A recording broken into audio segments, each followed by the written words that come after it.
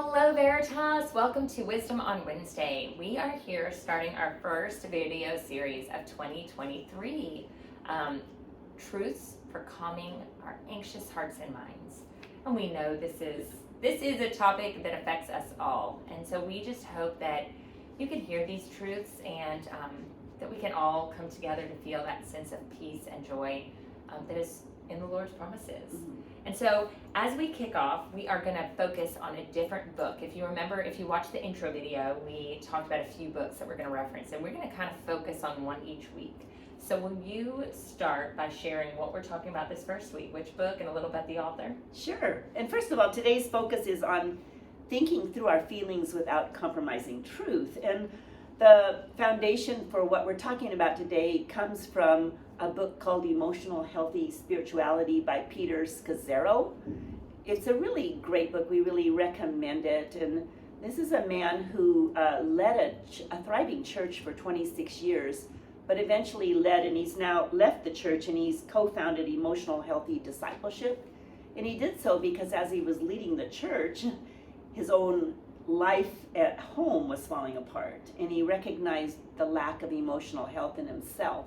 It's a really powerful book. There's a lot in it. He talks about the symptoms of unhealthy spirituality, but then he talks about pathways toward healthy spirituality. Ooh, I love that. Yes. And so with that, if you want to refer back and read this book, we encourage you to do so. A lot of people on our staff read this book, but what we really want to do today is focus on just a few points from it. So Right. you want to share what we're going to be focusing on today? Sure. In fact, I just really think we're going to focus on one of the pathways he mentions, and that's learning to address our emotions and fears in healthy ways. And oh my goodness, does that ever speak to my heart? And I know to so many people, because there's such a wide range of opinions about emotions, Mm-hmm. right?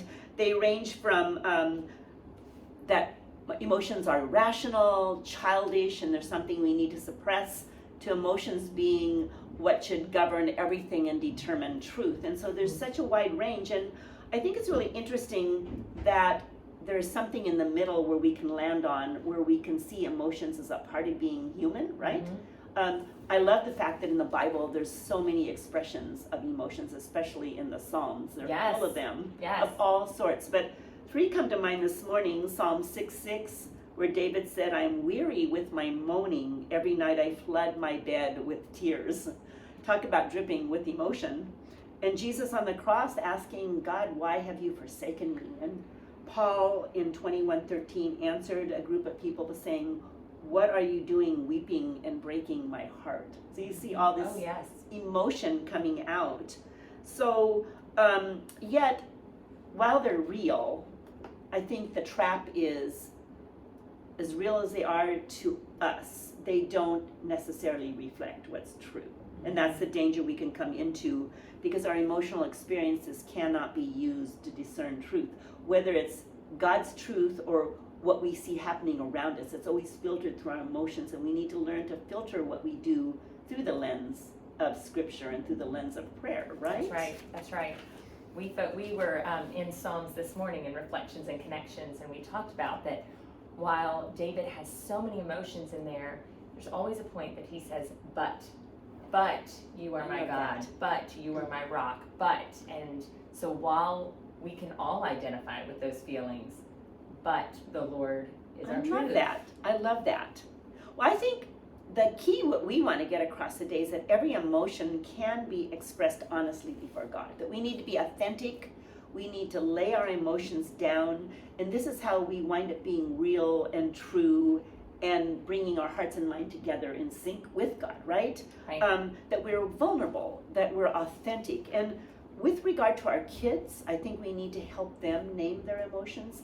It's funny to me as I talk with my grandkids is that they don't always know what they're feeling. Right. And half of the battle of working through emotions is being able to name them and understand them, because that goes a long way in quelling the negative ones, right? Because you really need to get to the root. Exactly. And you can't get to the root if you haven't named, what am I feeling, and then dig in there. Exactly. And so guiding them, then you can guide your kids with what to do with these emotions, whether they're positive or negative. and how to respond, and also to understand what triggers the emotions in us. Mhm. But all of that is necessary for a healthy emotional intelligence Yes. that we need to foster in our kids. And so I'm talking with your kids about their emotions and what they're feeling without it being judgmental, right? And for yourselves and for me, I know talking with a trusted friend about what I'm feeling, or with my husband, or a mentor or a counselor, is really a helpful process. But I think there's a lot of things that cause us to worry, right? Absolutely. So Ashley, what do you worry about? Wow. A lot. But, you know, as a mom, I think it's making the wrong decision. And then, you know, and that's when I'm losing sight of I'm not in control. But Right. still, we try to act like we're in Right, control. right. And so it's, am I making the right decision for my kids? And am I, you know, feeling guilty that I'm not doing enough of this or not doing enough of that? So I think that that's the worry. Yes. And there's so many things you can do and so many options out there that it just increases that. I think Yes. also we start to worry when we perceive criticism might Yes. happen, or when Yes. we're comparing ourselves, are we enough? And you mentioned the need to control. But I think it's interesting because that really does point to our lack of genuine belief that God is sovereign Absolutely. and that He is sufficient in His wisdom for anything big or little Yes. in our lives, Yes. right? So I think that it's interesting for me when I think about it is that when we are filled with worry, which is a real emotion that can consume everything, it causes that stressful anxiety, and then it causes a constant feeling of, I guess it's just anxiety. I was reading an article the other day though that opened up another point, and you mentioned it, you said guilt. Mm-hmm. So worry causes mama guilt, and I hear this from so many moms because what we worry about, we're trying to control and figure out and think we're doing enough and making the right decisions. So we grow guilty over so much, maybe when we lose our temper, Yes. or we grow impatient, or maybe when we're not volunteering enough, or maybe we're working too many hours, or not cleaning our house enough, or whatever it is. We can become consumed with the worry and then the guilt. Yes, and it's a cycle then. It's a cycle. And I think recognizing that trap is really important so that we don't operate out of a false identity, which we're going to talk about next time, our identities, and recognizing the snare of worry and guilt and how that really moves us to respond in ways that may not be the best. Yes. Right? Yes. But back to our kids, I think we also need to help our kids name their worries. I did this yesterday with my grandkids, and I won't name the ones who said this, but it was very fascinating. We talked about what worries were. I had one child who said she worried about being embarrassed over making mistakes. And I see that in her, and it was such a great opportunity all morning to address that with her school at home, and as she made a mistake and needed correction, and how we could get past that. And on the other spectrum, another child mentioned that he was worried about being kidnapped, which I thought was really fascinating. I didn't even know that. So we talked about, you know, some things that keep us safe and how it's really rare. But we talked through all sorts of worries, and it was really a fun conversation to have. I've read that it's smart to let your kids make a worry list. And we did that yesterday in journals. I had them all write 3 or 4 worries down in their journals, because then you can develop a plan. Yes.